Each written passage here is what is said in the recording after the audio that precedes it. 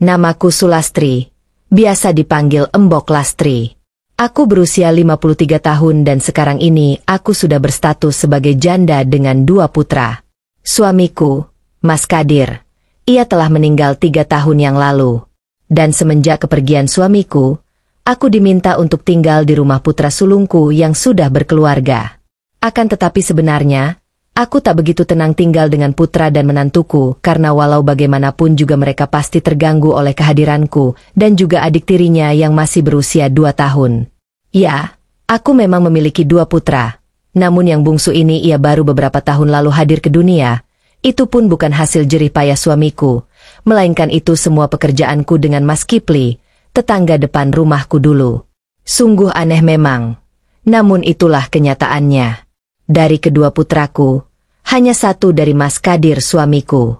Pasalnya dulu, semenjak suamiku itu mulai jatuh sakit, ia menjadi jarang sekali memberikan kewajibannya kepadaku. Sementara aku, yang memang sangat memiliki kebutuhan yang tinggi, mau tak mau aku harus bersabar menahannya. Meski sesekali aku terpaksa mengatasinya dengan berbagai percobaan dan alat, namun semuanya sia-sia karena sungguh sangat berbeda dengan alat yang originalnya. Sampai pada suatu ketika, aku mengenal seorang lelaki yang baru saja pindah di depan rumahku dulu. Semula keakrabanku dengan Mas Kipli hanya sebatas tetangga saja. Namun karena seringnya kami bertemu, bercanda dan bercengkrama, entah kenapa tiba-tiba saja mulai timbul perasaan yang sungguh sangat sulit dimengerti dalam diriku. Begitu pula dengan Mas Kipli, yang rupanya ia diam-diam mengagumiku. Dan hari-hari berlalu, kami pun semakin akrab. Bahkan keakraban tersebut semakin terjalin sejak istrinya, yaitu Mbak Ageng, memutuskan untuk bekerja menjadi TKW ke luar negeri. Setiap pagi setelah aku selesai menyediakan makanan untuk suamiku, aku selalu menyempatkan diriku untuk berkunjung ke rumahnya. Aku selalu beralasan pada suamiku untuk memasakkan Mas Kipli karena memang pria itu mempekerjakanku untuk memasak di rumahnya. Suamiku pun tak pernah menaruh curiga terhadap kami berdua. Dia menganggap hal itu lumrah dan hitung-hitung semuanya untuk menambah penghasilan kebutuhan kami sehari-hari. Namun siapa yang mengira jika dari sanalah kisah dan tragedi itu bermula. Bahkan dari kisah tersebut, akhirnya bisa menghasilkan sesuatu hasil yang kini sudah berusia 2 tahun.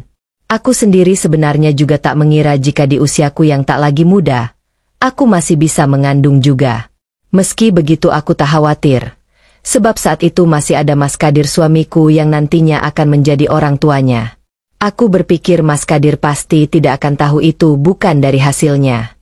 Dengan begitu, aku masih tetap bisa melanjutkan keakraban tersebut dengan Mas Kipli. Tapi ternyata harapan itu pun kandas begitu saja. Pasalnya setahun kemudian, istri Mas Kipli pulang ke Indonesia dan tentu saja aku juga sulit mencari waktu bersama.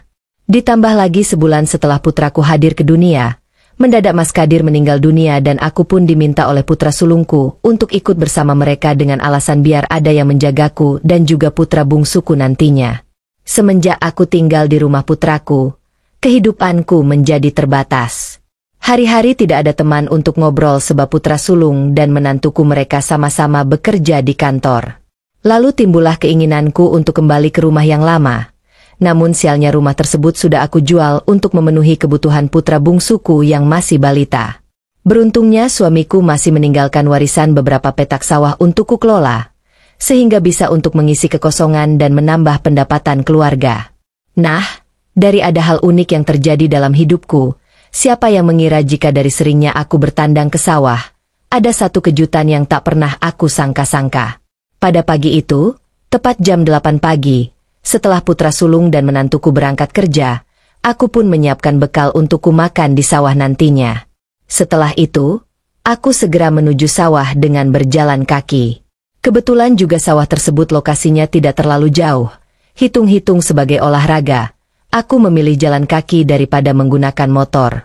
Tak lupa aku membawa serta putra bungsuku karena di rumah tak ada yang mengurusnya. 20 menit berjalan, sampailah aku di pondok tepi sawah. Biasanya aku di sawah hanya 2-3 jam saja karena semakin siang matahari semakin panas. Kasihan juga kali putra bungsuku nanti kepanasan. Tepat jam 9 pagi, Itu adalah jadwal memberi minum putra bungsuku.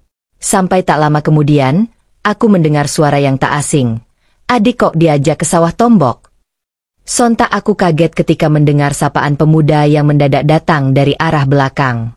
Aku benar-benar tak menyadari jika Arul akan datang.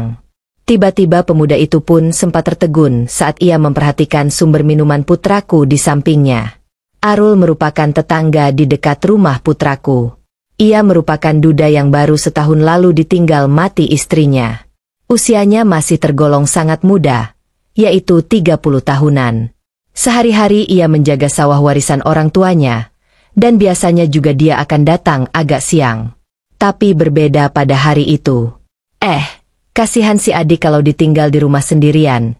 Jadi embok bawa aja ke sawah, jawabku. Jadi adik tiap hari ikut ke sawah ya? Tanya Arul. Mau gimana lagi, orang di rumah semua pada sibuk kerja, jawabku. Ia mematung di sampingku, sesekali perhatiannya tertuju kepada putra bungsuku yang masih sibuk minum. Kok kamu bengong, Rul? Tanyaku membiarkan fokusnya. Spontan saja Arul kaget mendengar pertanyaanku. Enggak kok, itu si adik cakep banget ya, jawabnya dengan grogi sambil berpura-pura menghibur putraku. Yang cakep anakku, jawabku. Apa yang lainnya emang, Rul? Tanyaku yang membuatnya kembali canggung. Lainnya juga cakep, ujarnya dengan tiba-tiba mencubitku dengan lembut. Yang sopanlah, Rul, hardiku. Ya gimana ya mbok? Ucapnya tapi fokusnya masih tetap ke tempat yang semula. Gimana apanya, Rul? Tanyaku. Makanya kamu cepat-cepat cari istri sana, ujarku. Cari di mana toh? Embok? Emang ada yang mau sama saya? Sahutnya. Saya kan cuma petani biasa, tambahnya. Entah kenapa, saat mendengar penuturannya, aku justru merasa iba. Jangan pesimis gitu loh, Rul. Yang penting kan ada niat dulu. Lagi pula kamu kan masih muda, ucapku. Sejenak Arul terdiam, sementara putra bungsuku yang sedari tadi sibuk sendiri rupanya sudah terlelap. Akhirnya dengan ragu, aku pun membereskan gelas minumannya. Anakku niat si Adambo. Tapi sama siapa coba? Ucapnya. Dalam hatiku terbesit. Sebenarnya kalau saja Arul memilihku, aku akan antusias menerimanya. Sebenarnya dari lubuk hatiku, aku juga sempat naksir saat pertama kali kami berjumpa. Ia masih muda dan tentu saja lebih lama. Hehehe. Tapi aku juga harus sadar diri. Lagi pula aku ini wanita yang sudah tua. Mana mungkin ia akan memilihku. Kamu harus membuka pintu hatimu. Hidup masih terus berjalan. Yang sudah gak ada, ya biar gak ada. Kamu harus bisa menatap masa depan, ucapku menasehatinya. Sebenarnya aku juga inginnya begitu, Embok. Tapi kira-kira kalau aku naksir ya sama Embok gimana? Ucapnya dengan tersenyum penuh arti. Dan tentu saja, aku kaget luar biasa mendengarnya. Loh kok malah simbok sih, Rul? Embok ini kan udah mau expired, alias udah tuir. Apa yang diharapkan dari Embok? Yang ada nanti kamu malah nyesel loh. Jawabku menolak. Sebenarnya aku pun senang mendengarnya. Ya itu sih kalau simboknya bisa juga. Kalau aku sih bisa-bisa saja, ucapnya. Kamu ngelantur aja ngomongnya. Ya udah Embok pulang dulu ya, Rul. Aku pun berpamitan sembari mengambil bekalku di pondok. Tapi mendadak ia hendak membuat rangkulan. Kenapa sih, Rul? Ucapku sambil berusaha meninggalkannya. Tolong dipikir lagi ucapanku tadi yang Embok, ucapnya. Sementara itu, aku terus saja menjauh tanpa menjawabnya. Tak terasa waktu sudah menunjukkan pukul 12 siang dan matahari sedang panas-panasnya. Sesampainya di rumah, anak sulung dan menantuku juga masih belum pulang dari kantornya. Karena biasanya mereka akan pulang menjelang maghrib tiba. Setelah menaruh putra bungsuku di ruang depan, aku beranjak untuk membersihkan diri. Saat itu, karena kupikir tak ada orang, maka pintuku biarkan saja. Ya sekalian jaga-jaga kalau sewaktu-waktu putra bungsuku menangis nanti. Aku pun segera melakukan bersih-bersih.